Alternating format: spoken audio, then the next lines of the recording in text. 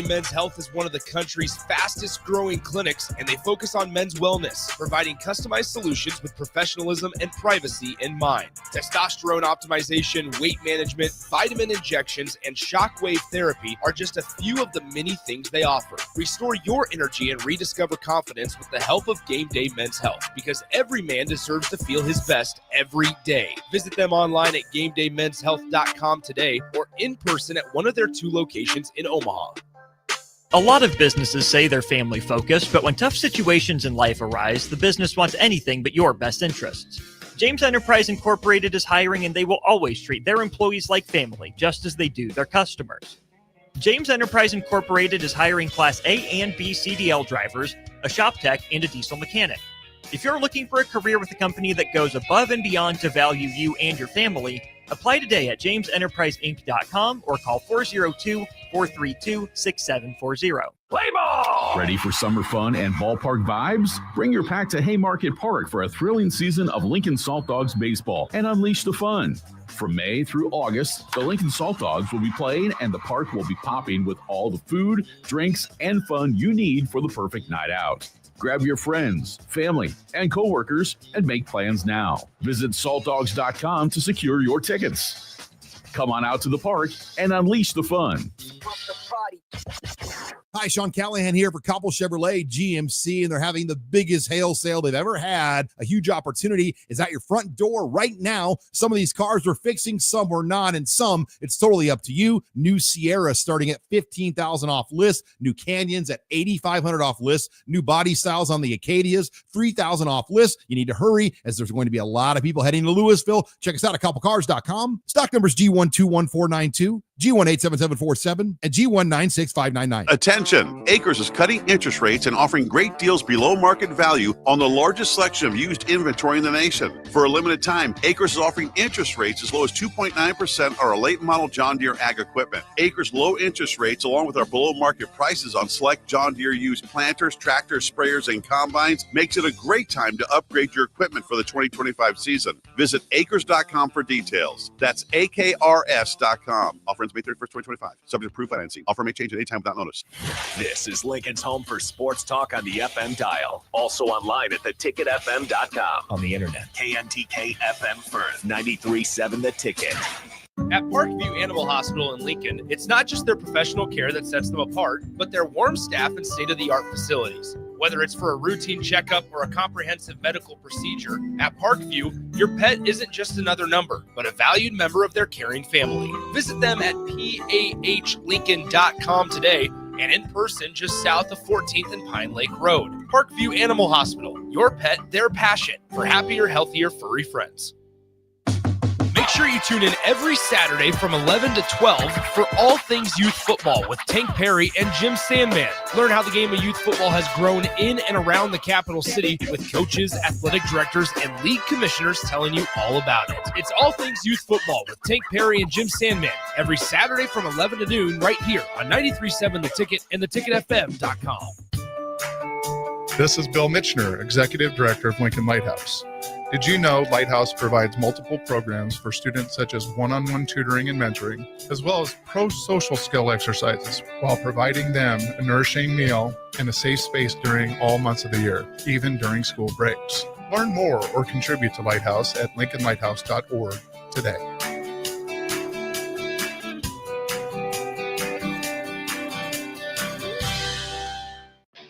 This is On the Block with Nebraska Basketball Hall of Famer and 9-year NBA vet, Erick Strickland. Nebraska Football Hall of Famer, Jay Foreman. Middle school basketball coaching legend and Duke basketball shooting coach in his mind, Austin Orman. Coming at you live from the heart of Lincoln, America.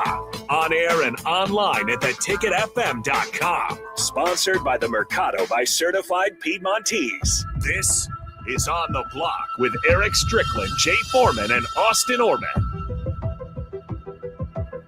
All right, welcome into On the Block. I am Harrison Arns, not Austin Orman. That is Erick Strickland streaming in. You guys can always join in 402-464-5685.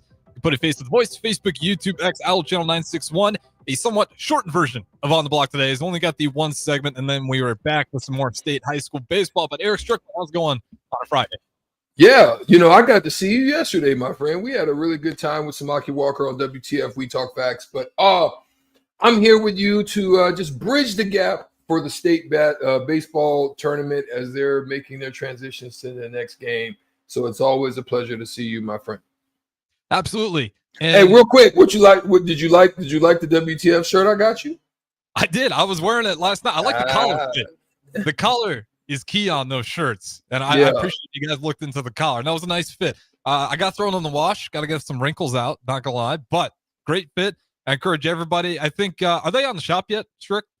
No, I think Rebecca is working on getting them together, getting all the pictures put together, and dropped off a new set of different ones as well. So we're hoping that we'll get those up and running really soon. The ticketfm.com is probably where you'll be able to get most of those, but we'll clear that up with Rebecca, as well as Harrison and I were working on our YouTube page as well to get WTF out to you guys on a regular basis also, so you can intake that good content that we have. Samaki was good yesterday, man. It was really good.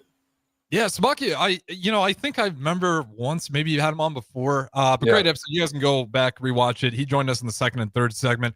But yeah, he's fantastic. Just 10-year NBA vet. You can hear the veteran knowledge when he was talking to us yesterday. But the first thing I want to talk to you about, Erick Strickland, and I'm going to use your NBA experience here, and maybe there's NBA teams that you may argue are having a worse season or have had a worse season.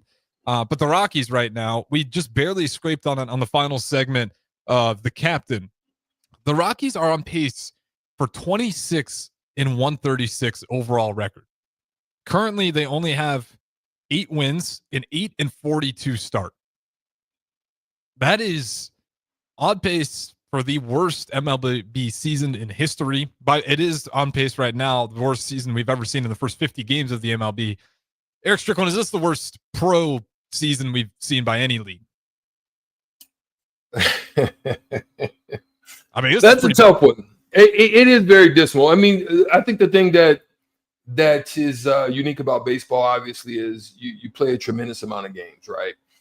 We've seen teams get off to bad starts and then, have great secondhand turnarounds. I remember playing with the Dallas Mavericks. We were looking like we were on our way in the first half of the season to having one of the worst records in NBA history. And then all of a sudden we go on a tear in the second half, and we end up with a tie with the Lakers for the best record after the All-Star break. So it can be turned around, but the hardest thing to do, Harrison, is to get off to that kind of start.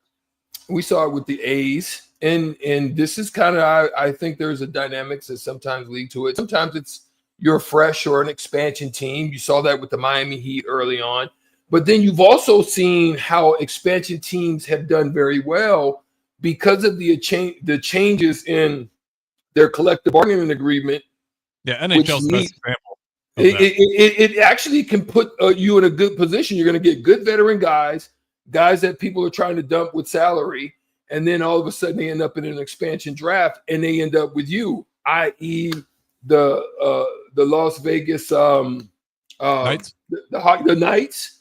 Mm-hmm. How they got that turned around. And you've seen with the Avalanche as well, how quickly the Florida Panthers, how quickly it's crazy how it seems to happen really a lot in hockey.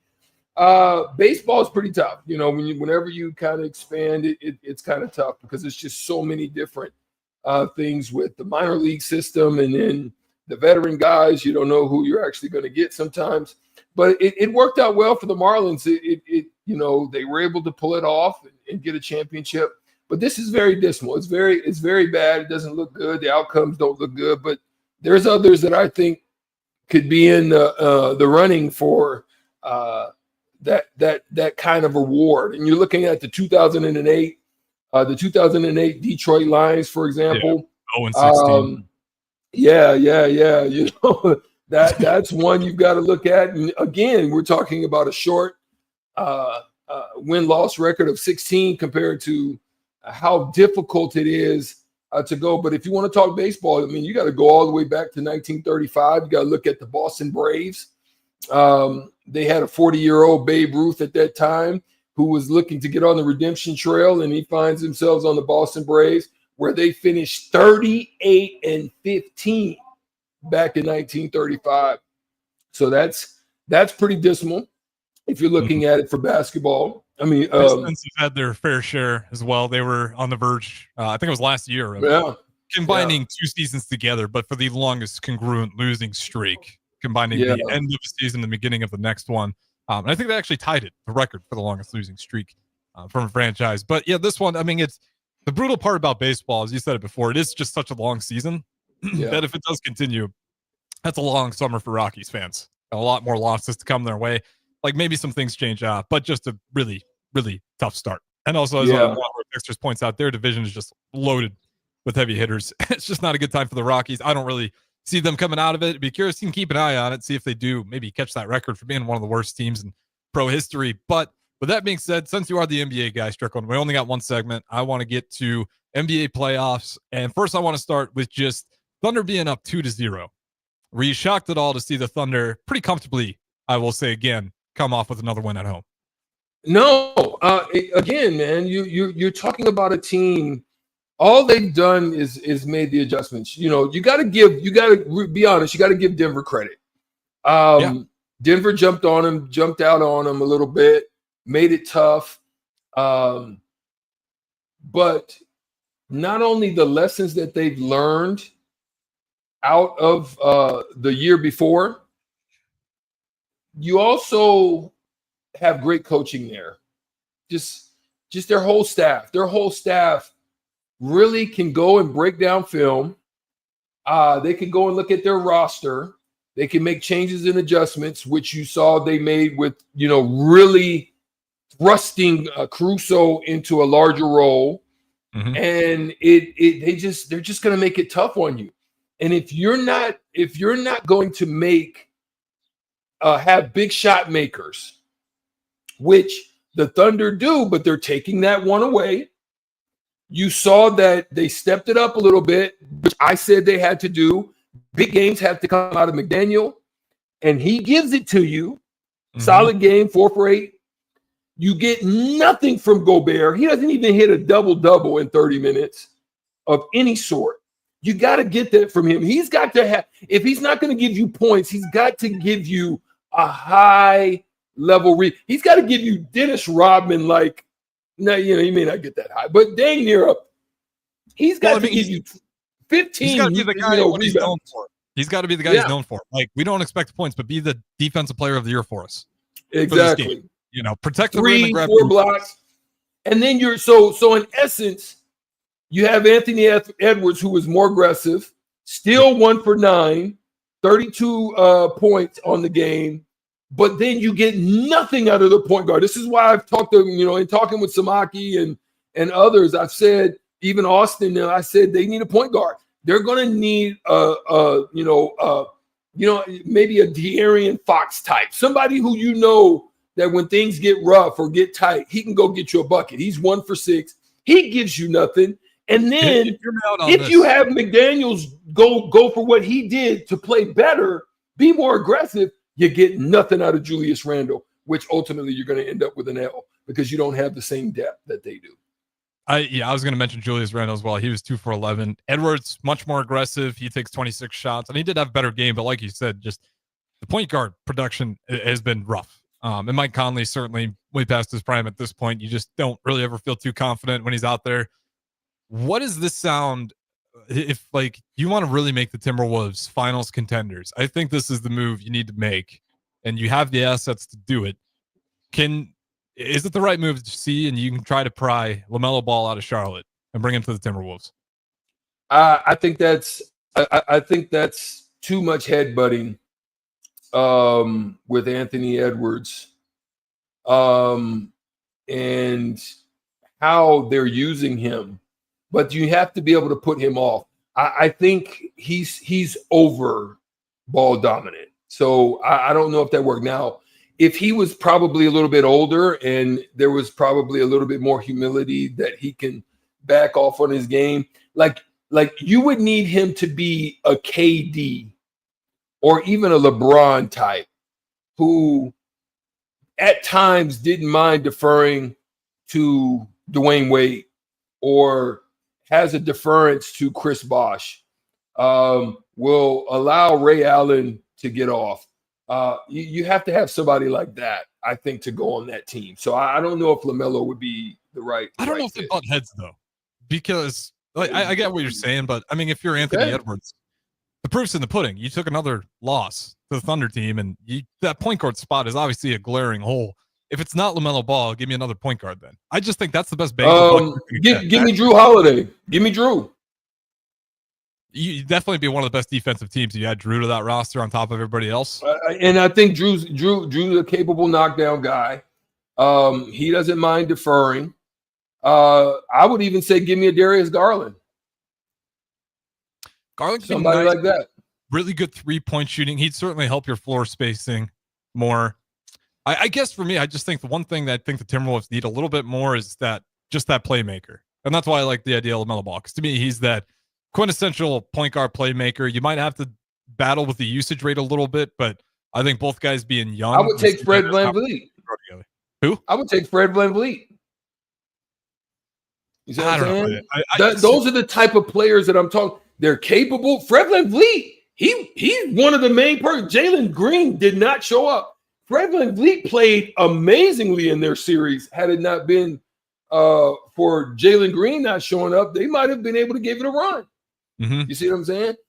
I'm saying someone who can get you a bucket, who can run a team, but also doesn't have to have it. LaMelo has it. LaMelo is a flashy version of Jason Kidd. You have to. He has to have the ball. He has to control it. He has to control the tempo.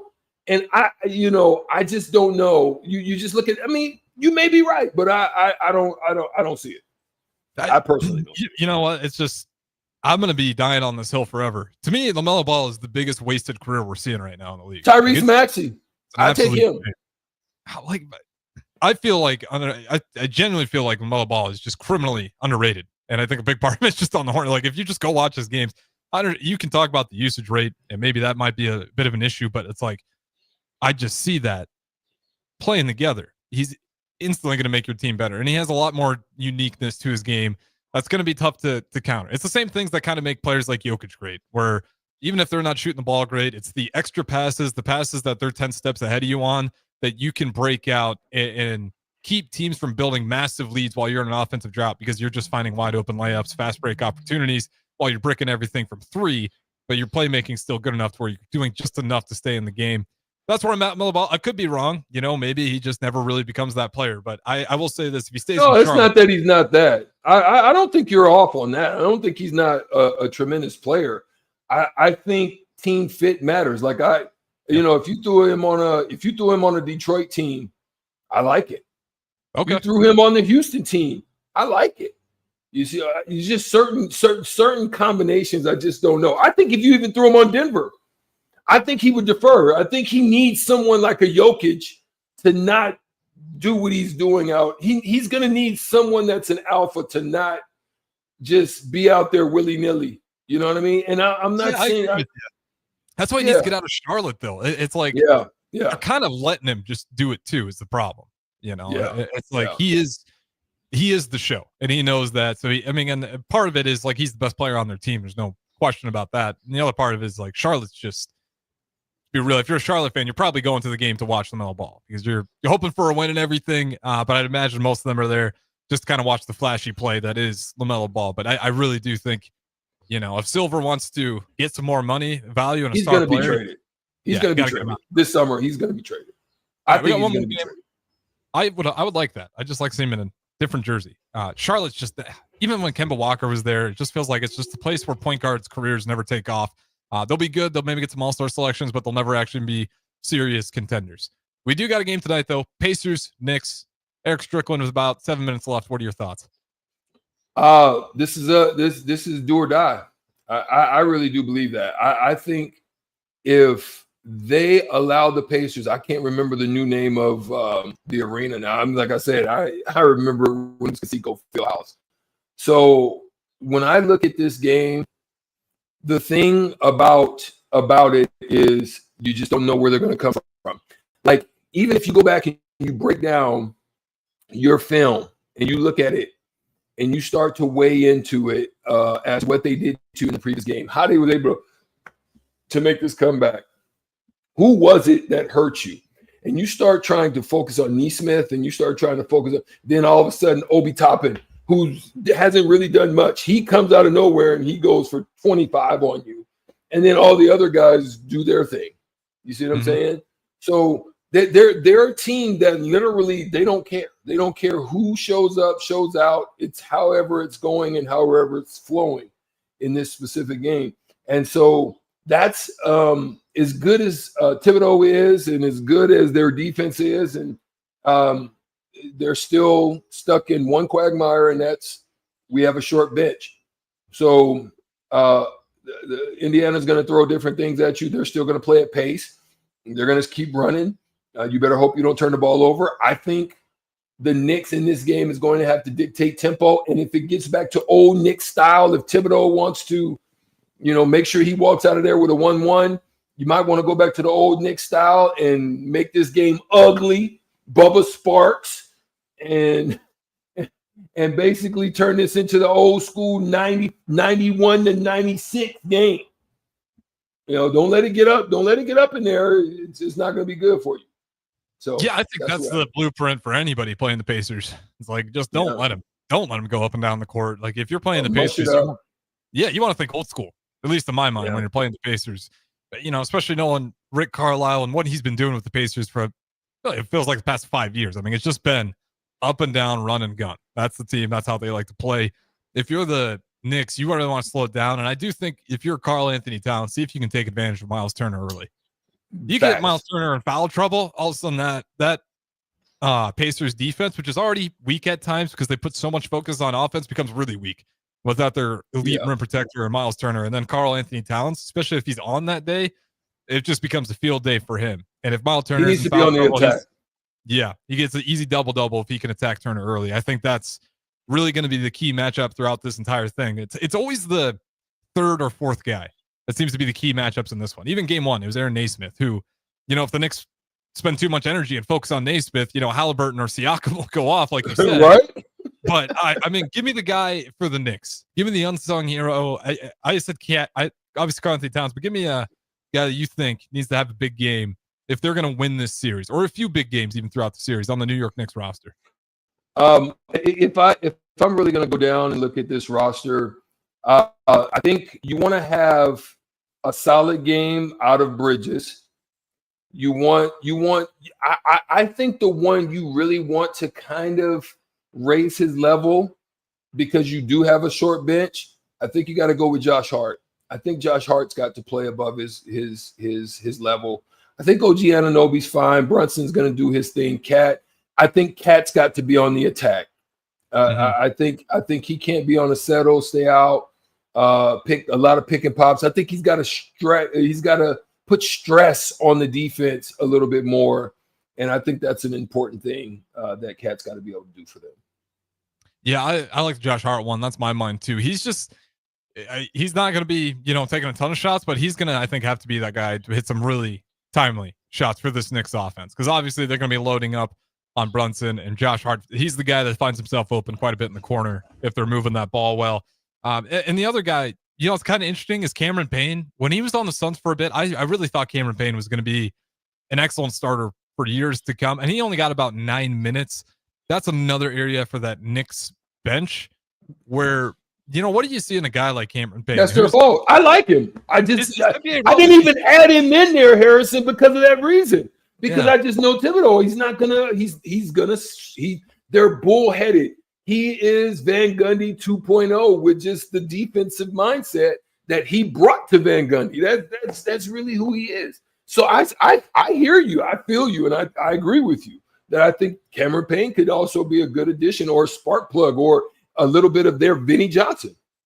Yeah. I mean, he's, he's shown at times he can just be instant offense if he's got to go on that night. So, and again, that game, he wasn't exactly great, but only 10 minutes played, 2 for 7. But again, it's kind of just getting thrusted into those moments where you're just really not used to playing. And all of a sudden you got a game 1 in the Eastern Conference Finals that you got to go prepare for. And he played all right in it.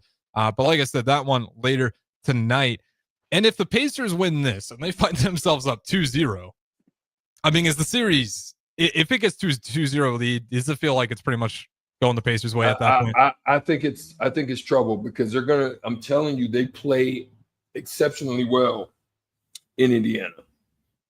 I don't see them letting off the gas. I see them continuous to push. And the longer this series go, this is why they have to win.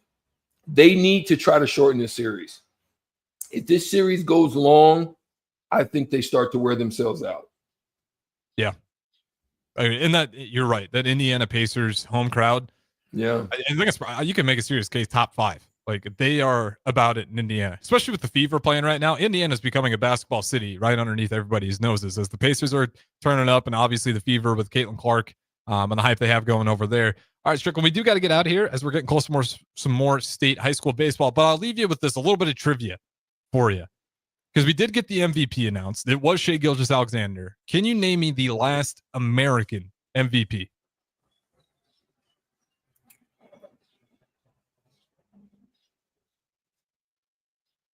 Wow. Yeah, it's crazy when you think about it. It's been a minute.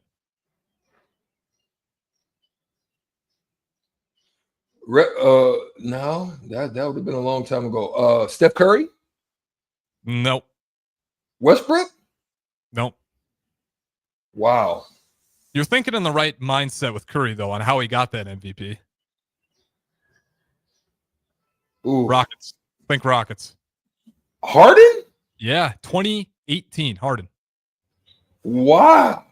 Yeah, it's crazy. It's been that long. You know, that's You go through it though. Giannis shows up. He gets, I think 2 back-to-back. Jokic gets a few. Then Joel Embiid grabs another. Jokic hops back in the mix. Shai gets one. So yeah, that's just kind of irrelevant. It's been a long time since we've had a actual MVP from the U.S. as we've been talking about NBA playoffs. I just wanted to bring that up. But that sounds like the Pac-Man. That sounds like.